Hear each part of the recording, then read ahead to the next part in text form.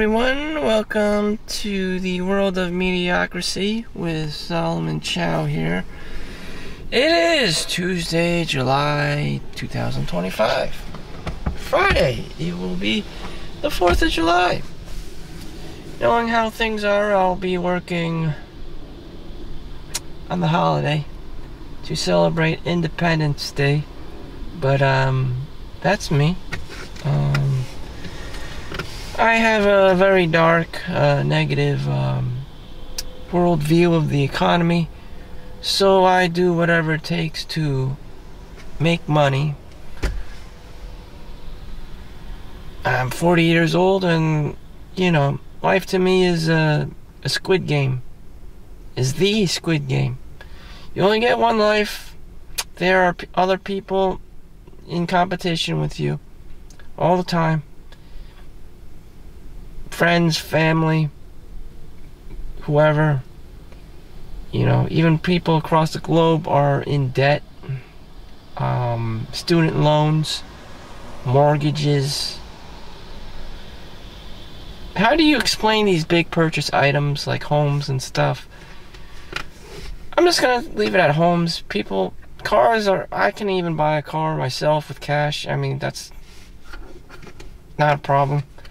But the home, you need like $500,000. So in recent day, maybe in the 80s or the 90s, you could buy a decent home, 3 bedrooms. But anyways, fast forward, we can only control what we can control. And you're looking at $500,000. You know, how are people gonna have run their basic bitch lives? You know, a mom, a dad, 3 children, or whatever, and 2 cars. The answer to that question is they're not going to be able to. Unless they're taking out all these loans and they're comfortable with managing paying these loans back with 6-7% APY interest a year, which I'm not. I don't do that shit. I don't like loans. I know people will try to convince you to take out loans, and they're like, oh, loans are good and you'll pay them back. Maybe if you're gonna do the YOLO thing, you know, if you know you're gonna die and you won't even have the, you know, chance to even pay back these loans, so you're just maximizing all these loans out because you just envision yourself you're gonna just drop dead one day from overactivity, or, you know, something's going on genetically in your family line that you don't want to tell anyone. Yeah, go ahead, take out loans. I don't know, I just don't do that. I don't want to be in debt to somebody. I don't get a high off of, oh, I'm gonna pay this student loan back, and no, I want that money to go back to me, of course, you know, so that I can earn my own APY under my name, under blah blah blah bank or financial institution. This is the kind of world we live in. And so here I am at about 10 p.m. I'm starting up my shift, and this is why I'm doing the YouTube. So I have no special skills or talents. I'm just running on consistency. So I'm just posting every so often, whenever I can, to update everyone about life in America, in New Jersey, you know. And so far, I'm doing pretty good. My June earnings. So looks like I reached my quota of $1,000. On top was my last paycheck, $186.77. This paycheck will be at least $1,027.86. And that is because I'm using consistency. One key component is consistency. I'm treating this like a job or a habit. The power of habit I went over last year in 2024. This year they didn't have the 2025 calendar planner. That's why I'm not doing it this year, because they didn't make it. There's a competitor called You Are a Badass, quote unquote, planner. That is also a book that I think that's Tom Bailey's wife, "You are a badass," catchphrase, slogan, and she, I guess, has her planner, but I know because people here, have been using it for their hospital gig. Yeah, it's very important. You may have overlooked. So, thank you for the 11,000 subscribers. So, in theory, 10,000 subscribers, if you see anyone with 10,000 subscribers, that means that they're roughly earning $1,000 per 10,000 subscribers. So, if someone has 100,000 subscribers and got their YouTube plaque, 10,000 subscribers, I'm getting $1,000 a month. So they may be making upwards to $10,000 a month with 100,000 subscribers potentially. I don't know for sure, or if your number is dilute. The more you have. But yeah. So if you have 1 million subscribers and 10,000, so the next transition is, in theory, 10x $10,000 is $100,000, which is insane. So with 1 million subscribers, you're supposed to technically be making around $1 million a year. I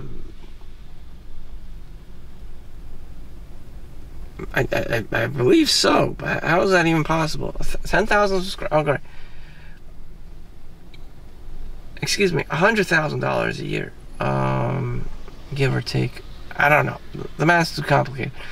But anyways, what I do know is you pay a lot more taxes once your numbers do go up, and everyone's just in the Squid Game thing. The money rises, call it capitalism. I don't know. Some people live, some people die, whatever, If you die, the money goes back to the government. Again, the money is going to raise, when people get their W-2 forms, or in this, people get their 1099 and ICs or whatever, 1099Ks, whatever have you. I've reached that limit, so I'll be filing my 1099 for YouTube this year. I don't have under my private name, I don't have an LLC going on, nor do I want one.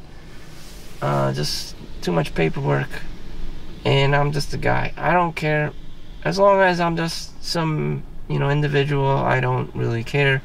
There is no one else under my belt who's going to tag along with me to be doing this, because it's more of my own YouTube shit show. You can do this too yourself and experiment. I would highly recommend that, and start young. So you're looking at $1,000 a month. That's about plus $12,000 a year. That you could be starting as soon as you, I don't know what age you have to be, but the younger you start, the better. Just to form the habit, just to have a gig going on, just to form a gig, to set yourself up. Because there's been a lot of periods I've just been daydreaming on playing video games or watching Pornhub and or X videos. So this could possibly happen, that you just become a man-child. You don't really perpetuate actual success on paper. You just become a daydreamer. You become this guy that never grows up. The money is to be used to put food on the table.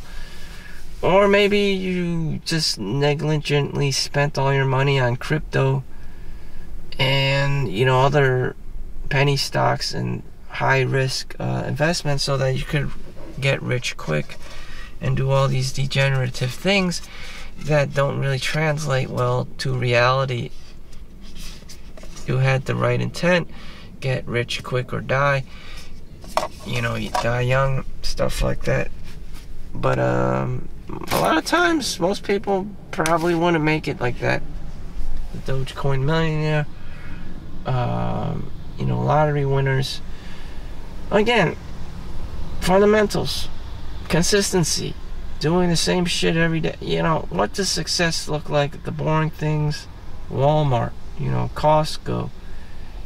You know, people just, it's like a watch, you know, 1, 2, 3, 4, 5, 6, 7, 8, 9, 10, 11, 12. People just use it. It's a utilization tool. That's all it is. It's not a gambling machine. People want consistency, you know. And everyone's going to do the crypto thing. Everyone's going to play the lottery thing. Everyone's going to go to the casino thing.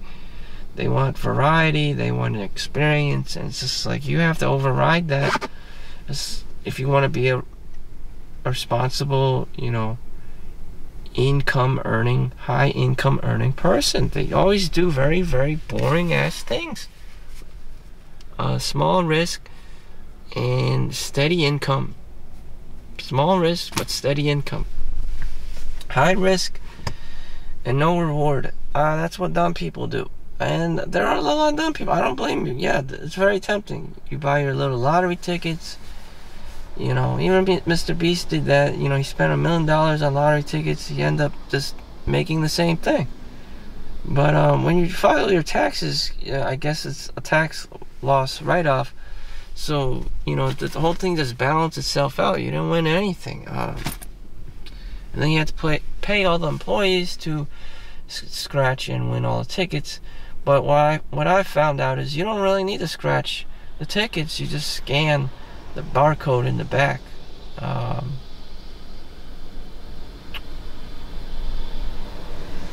One time, I know this because one time someone threw out 30 used lottery tickets at Subway restaurant, and I picked them all up, tossed them in the back of my mobile X-ray van. Then they were just chilling there, and then one day I just decided to take them to ShopRite and start, you know, scratching the rest of the card off and just scanning them. I'm like, oh wait, there's a barcode on the bottom or in the back of it, these lottery cards, and I start scanning them like crazy. And below and behold, one or two of them had like $5 or $10. You know, what did I actually do with the money? Not much, really. Lunch, you know, dinner. Nothing extravagant. Just, I lived another day, you know, another day, another dollar. Nothing extravagant. And if I did have all this surplus money, I probably wouldn't have much good ideas to be doing anything with, considering the fact that I just don't like hanging out with all these like random ass people that I don't know, you know. And usually I don't connect well, or even want to talk to per se, you know. And it's usually about money. People are always gonna kill each other for this money. They're gonna feel entitled, you know, for your money. Speaking of which, there was this very crazy thing that happened. You know, 6666, an order of 6666. I was order pickup 666. So as I was in the Squid Game, you know, McDonald's, this guy is trying to tell me your number 666. You know, the devil's number. Again, with the gambling thing, something about my life in alignment with, you know, something's tied with chance. Some things you just cannot control. Some things just determined by chaos, which is what the devil is about, chaos. In tarot reading cards, yin and yang. You know, it's just the wheel of karma just keeps going around. Change. That's basically what this numerology is trying to tell me. You know, 666. Solomon is changing in this direction of good and evil, balance, whatever have you, poor and rich, rich and poor, you know.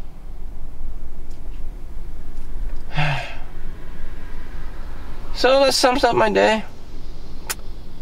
I have nothing good looking forward to. Absolutely nothing. Nothing, you know. But, I get time and a half money on Friday. But that's not really my goal. That's not really my goal. I don't... Even... What would I do with the money? Again, I don't really use it on anything. It just gives me a high, you know. I never used the money for it. I never went back to school. You know, I never used it. Nothing. Just I used the same Dell Alienware laptop since 2020. Like I don't need all this crazy stuff. You know, I helped the like again.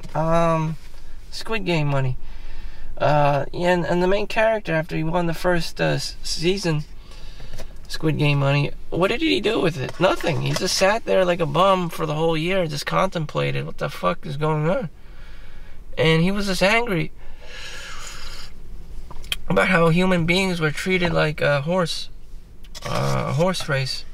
We are not horses. We are humans. You know, even if you had all this money, still people need 3 meals a day and their sleep. And that's it. Again, with the same analogy with Walmart, with some of the most successful companies on the S&P in the world. Very, very, very boring ass people, you know. But consistent. And that's what it is. That's the secret. That's the secret sauce. Consistency. Thank you for watching. Make sure you like and subscribe. See you in the next one. Peace out.